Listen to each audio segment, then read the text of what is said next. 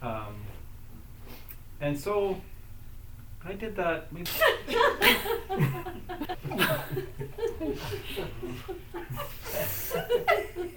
And then the experiment began. So the experiment was, if I know the spoon is not there, will I still feel the same thing in my body? And I did. Things there, there's no spoon in there. The spoon that I was in was beside it on the counter. I'm very aware. I hold the thing and I go to press the button, and my whole body feels this this anticipation of what's going to happen. And I know, my mind knows that there is no spoon in there, but I still feel the exact same thing. So that was about 3 weeks ago, and my body still feels the same thing. I know the spoon is not in there. So what, this is what you're up against. So I've had a similar experience recently. I got into a minor accident a few months ago where it was my fault. I changed lanes when I shouldn't have. I looked in my blind spot and it was like a dark, rainy day, and there was a black car that was in my blind spot that I missed, and so I ran into her. It wasn't much damage to my car. There was some to hers. Whatever. It was my fault. So now every time I change lanes, it's the same thing. Like, even though I know there isn't a car there, and I've looked and I see and there isn't a car there, it's like I'm always I look 2 or 3 times, or think 2 or 3 times before I actually make the effort to change lanes. Mm-hmm. So in that case, to me, it's like a positive thing. So it's like I'm being extra careful now, but it is definitely ingrained in me now. So Right. So when we go through these situations in life, even though it's changed, there's a residual energy and a pranic thing in your body that sends the same signal somehow. And the difference between being aware of that and not aware of that is very two very different realities. It's like you either know there's a spoon in the blender, or you don't know there's a spoon in the blender. But if you have the feeling of the spoon in the blender, if you have the feeling of that shock, and you don't know that it's just something happening in your body, you will assume something about a person, perhaps, right? So if someone did something to you in the past that affected you in an attack on the self that we sort of try to protect, and we didn't like it, then for years after, any situation that's even like remotely close to that, the whole body will go, and it'll be, oh, again, it's happening again. And if you're not aware that that is what's going on, there's no chance of you having a relationship with this person. You've already written it off, because the body, whatever pranic resonances that is still there, is ruling your life. And that's what we're doing here, is becoming conscious, is tapping into like present moment consciousness, which experiences the moment clean as it is. Because if we can't do that, every single moment that we experience in our life is tainted by an uncountable array of small little signals that make up the reality that is so believable and that we do believe. And that is how it is that you can get into a conversation with someone, and they will, you could both be assuming something is true that neither one of you believe, And there's going to be no proving or reconciling or anything or meaning, because one of you or both of you will just be like, no, this is the truth. I know this is the truth. And if you see it differently, then you're wrong. And you could be having the exact same thing. And what do? You know?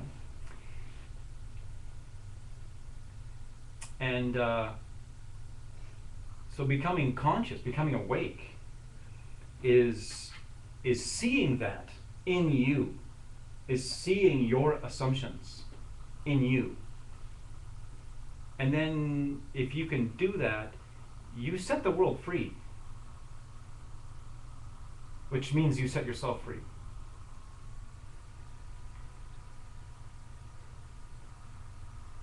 And there is no freedom without that.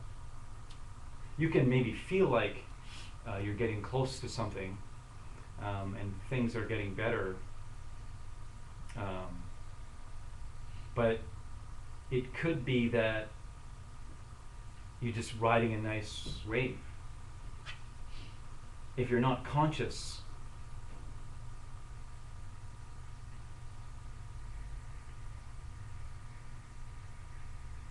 then it's like being asleep. It really is like being asleep. And the difference between, well, you know, I'm sure everyone in this room has had a lucid dream before, where in the middle of the dream you realize, oh, I'm dreaming. And but that the moment before that, there was no awareness. You see? There was no awareness. You're in the dream and believing that you were the dream. Something shifts in the body, in the mind, and suddenly there's this awake, and like, oh wow, I'm actually experiencing a dream. I can fly in this dream, or I can do this in this dream. I know this person isn't real, but I'm rolling with it. This is great. I'm awake. That is no different than waking up in quote unquote waking life. Because if you're fused to the object in life, you're asleep.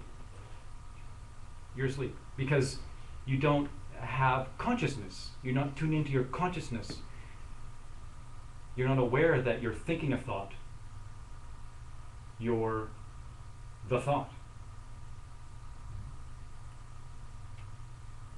And so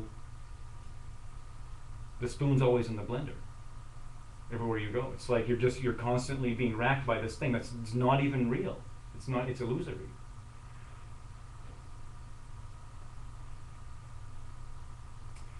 And then so what habits, what physiological habit, what body habit, what energy habit do we need to cultivate in order to break free from that, is the continual return to the object of meditation.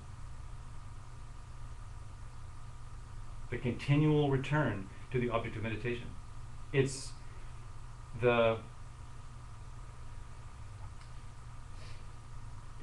it's the doorway. And if we're talking about, like say, watching the thoughts, for instance, and suddenly you're like, oh yeah, wow, I'm aware that there's a voice in my head that's always saying something. And I listen to that crazy voice, even though that voice is crazy. It argues with itself. It doesn't, you could go on a long tirade and just like be swept into this current, and some weird part of the mind actually believes it and is influenced by it. So, if you're in meditation and you're watching the thoughts, every single time that you have the experience of, oh, that was just a thought, that was just a cloud in the sky, and you snap, you let it go, and you once again know that you're consciousness, you know that you're watching it. Every time you do that, you're creating a pattern, you're creating a habit, you're creating a physiological process in your body that's training itself to be different in the world. And if that habit doesn't get developed, it will be impossible, because always be like the thoughts will be here. You're right. Your face will be up against the glass of reality all the time. You'll never be able to pull yourself away from it. So, take heart, meditators. Any returning to the object is so crucial. It's the difference. It's life changing. So let's meditate.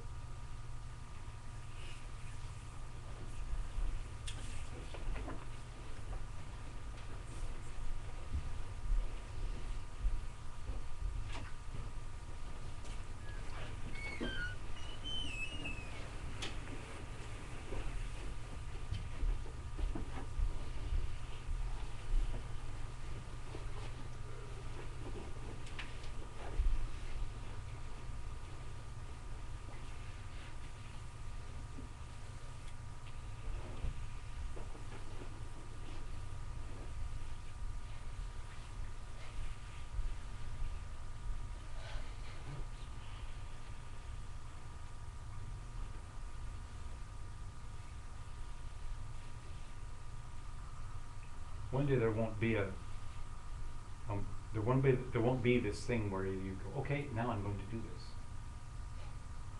Okay, we're meditating now. You make all these subtle shifts in your body, put on pose, and line it up. We love to do things. So the end is you're just always in a state of conscious awareness. But if we're not there yet, we need to bring our bodies and mind to a tame state. So we sit in a helpful way, a way that is helpful, that is conducive to that.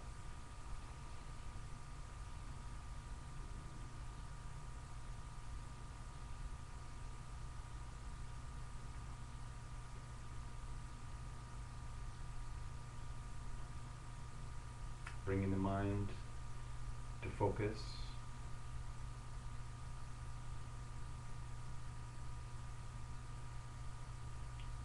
You can do it a little different way today.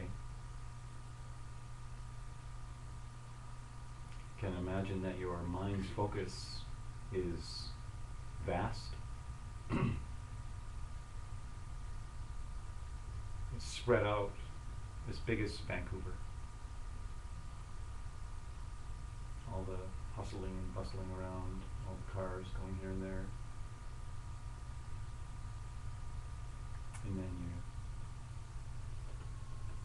draw it in, and this awareness is like a sphere.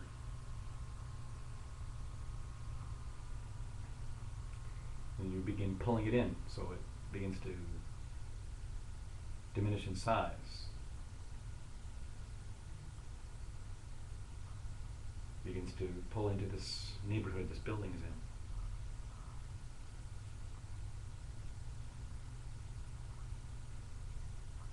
And then this building itself, all around, above, below the building, all around the building, behind, beside.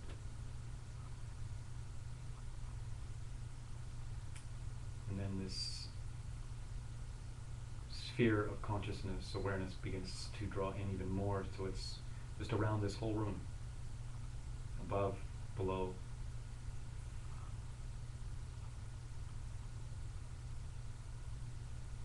And then it comes into the room and starts to get closer to you.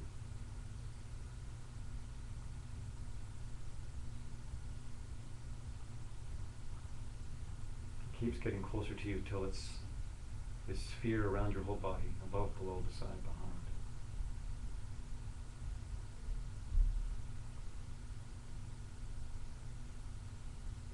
And then it keeps getting smaller, enters into your body, and is beginning to converge around the place at the heart. And there's a pinpoint of light, a droplet of blazing light at the center of the heart chakra, near the back of the body. And you're aware of this Awareness drawing in, getting smaller and smaller until it's encapsulated around this tiny drop of light at the heart.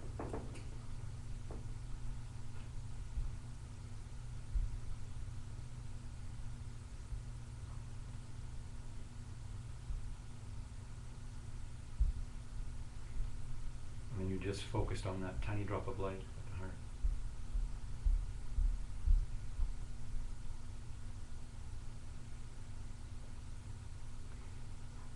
So here is where you get to practice this simultaneous awareness of this pinpoint, but also this other subtle awareness of your surroundings. And your surroundings being the state of your body, the state of relaxation.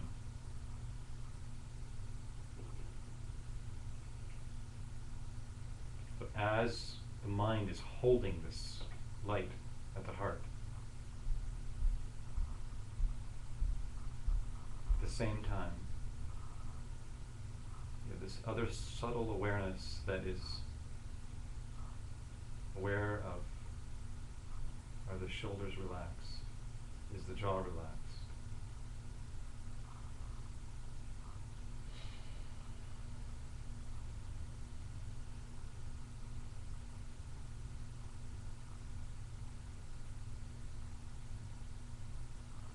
Give yourself a very subtle and gentle smile. Notice what that does. Maybe you can get a sense of the shift in the energetic shift inside as you just lift the corners of your mouth up slightly. Something happens. And it's actually more relaxing than having it down.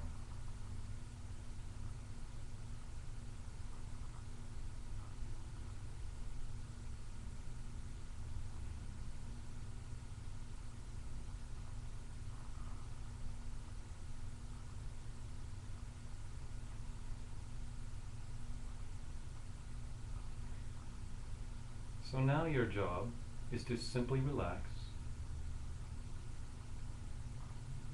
Feel yourself, your body, breathing as it will, naturally.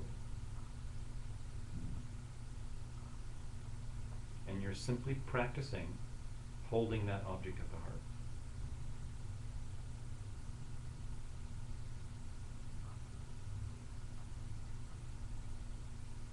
And you can develop little tricks.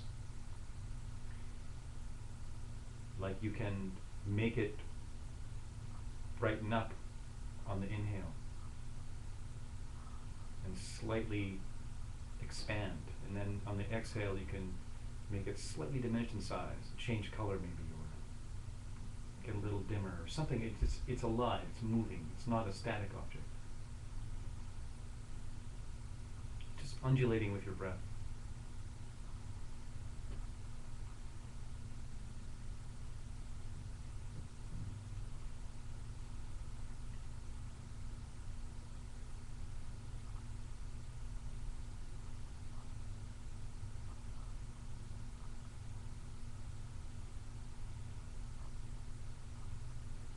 Feel other things wanting to take your attention, simply release them. You may even feel like an elastic-like pull away from this object.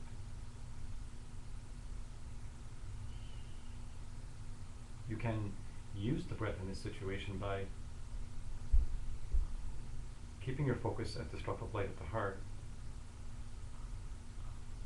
and exhaling like blowing a wind on any distracting element that wants to come in, and just watching it go away as you're still focused on this point of the heart.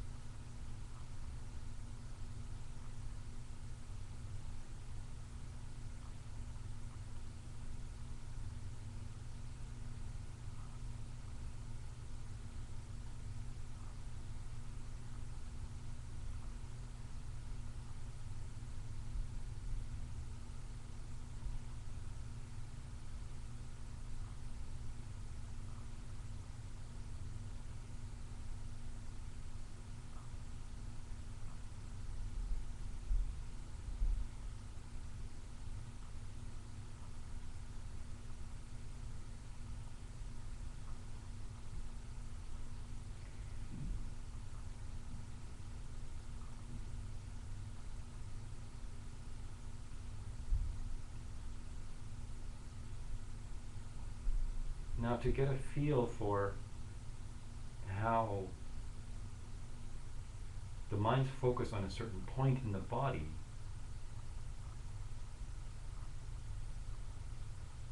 actually has a function,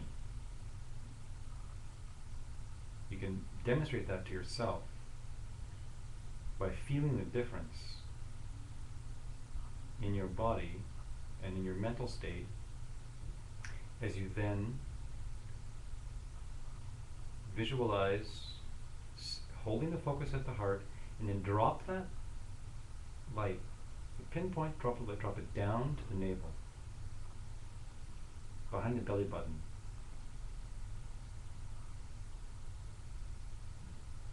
The third chakra.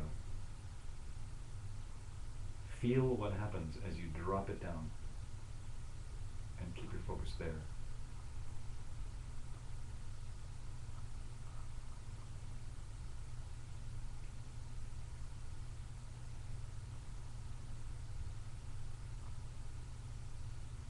It might even change color.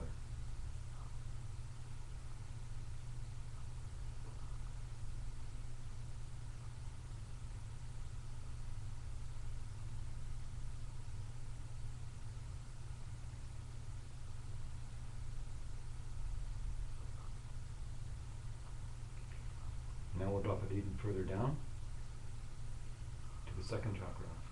So near the back body, not very much further down, about 3 finger widths more down near the back body. And this, you're seeing this light in your mind.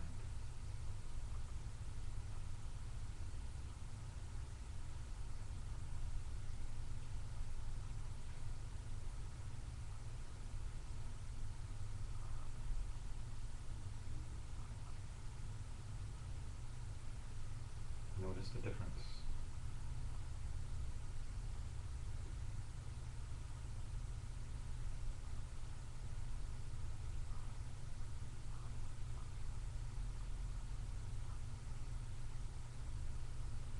And we'll drop it even further down to the root chakra, the first chakra. You can think of that as in between your anus and your genitals. Pinpoint of light there, focusing on that, and noticing how that feels, the difference in body and mental state.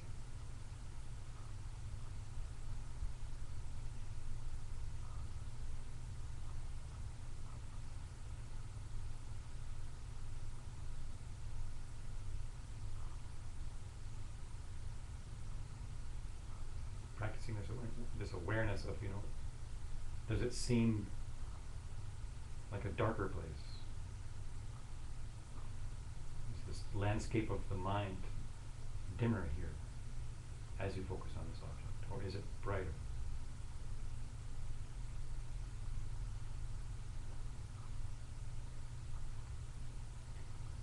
Now let's draw it up to Svadhisthana, or second chakra. Let's draw it up to that second chakra again, between the navel and the first chakra.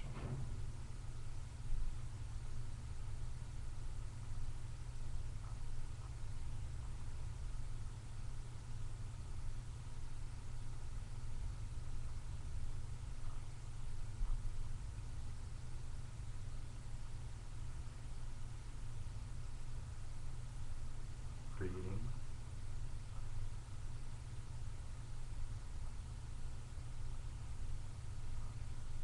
Now the focus draws up, watching this pinpoint of light, arriving now at the third chakra.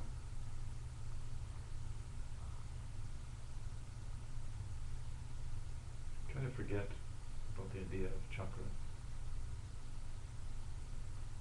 Just this location. It's another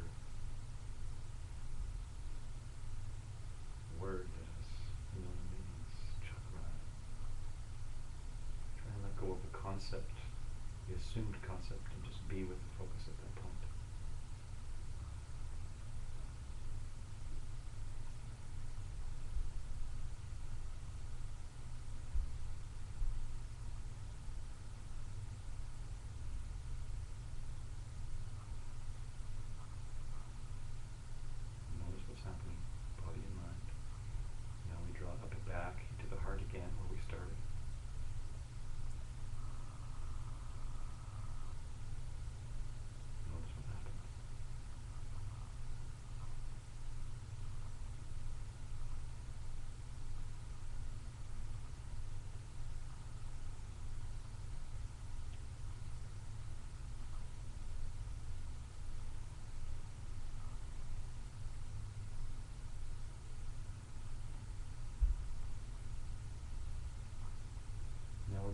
up even higher to the throat, back of the throat, Adam's apple area, but near the back. Now you're aware of this pinpoint droplet of light there, focusing there.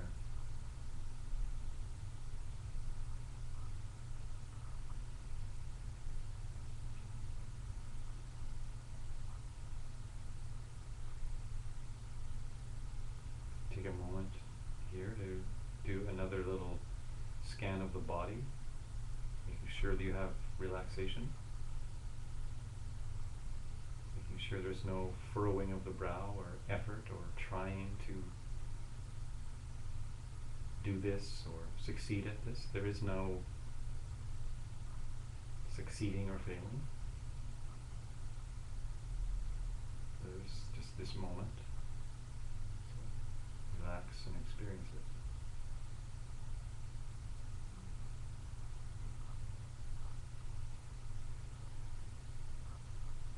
If the smile has turned into a frown, draw the corners of the mouth slightly up.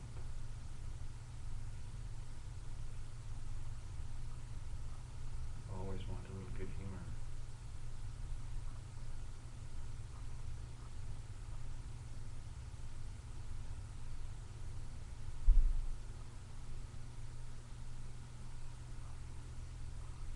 Now let's travel with this light up further still to the third eye.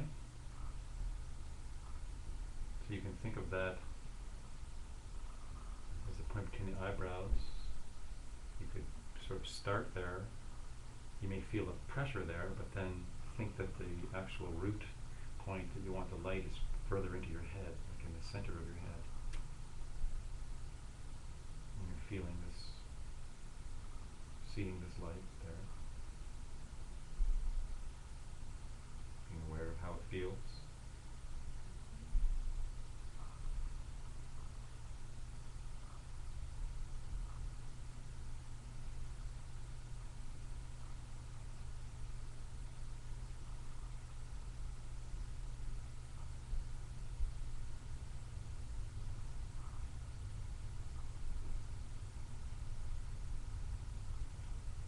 Now, further up to the very crown of the head.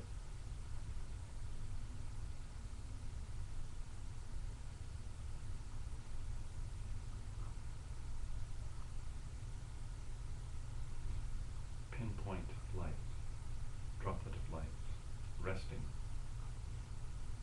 the crown of the head.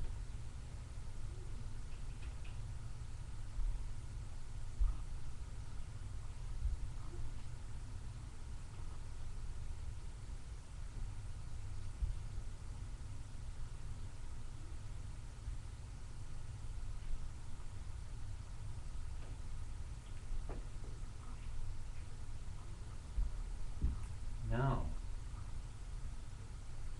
what will you have to do in order to relax enough and have this overall awareness of having a sense of all those pinpoints of light at once?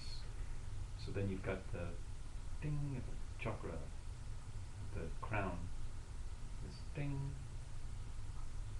third eye, ding, throat, ding, heart, ding, navel, ding, swadhisthana, second chakra, and ding at the root.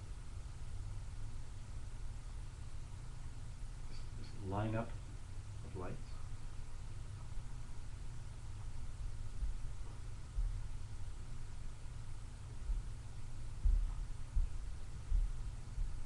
So you relax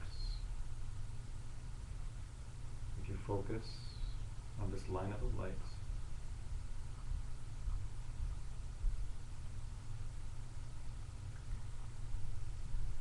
And try to stay with these lights and bear witness to what happens when you begin to hear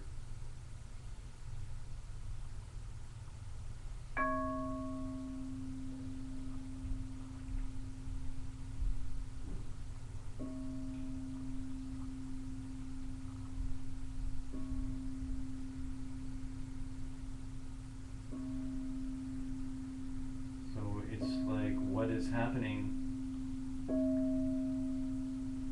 that lineup of lights as it has an interconnection or interplay with the sound.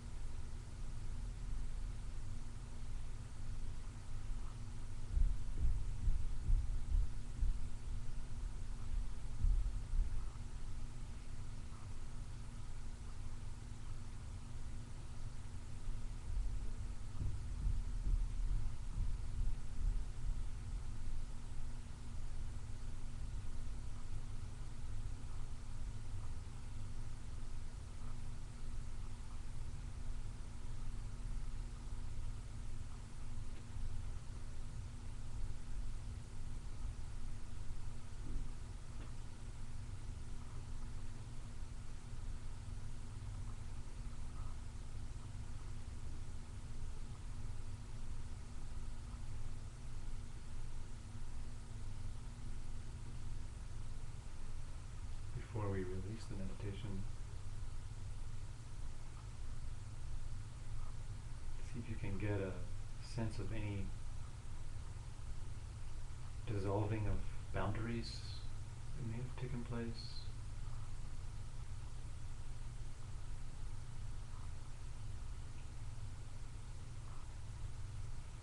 See that all around you are these beings that also have this lineup of lights.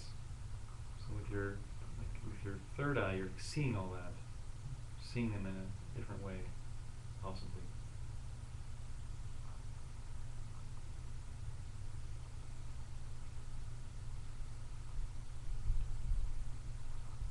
And recall the penetrating sound of a crystal bowl.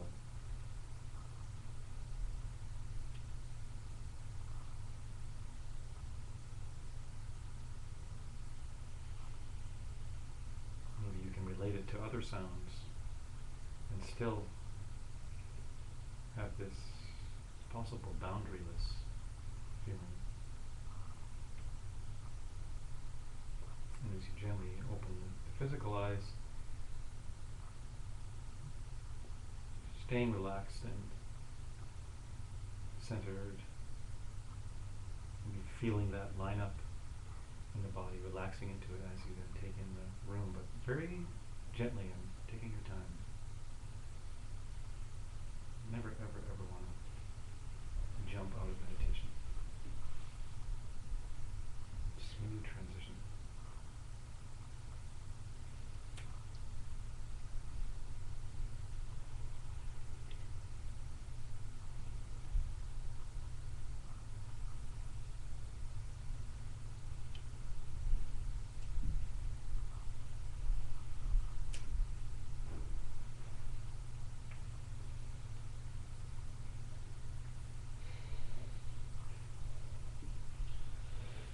So we'll take a little break here.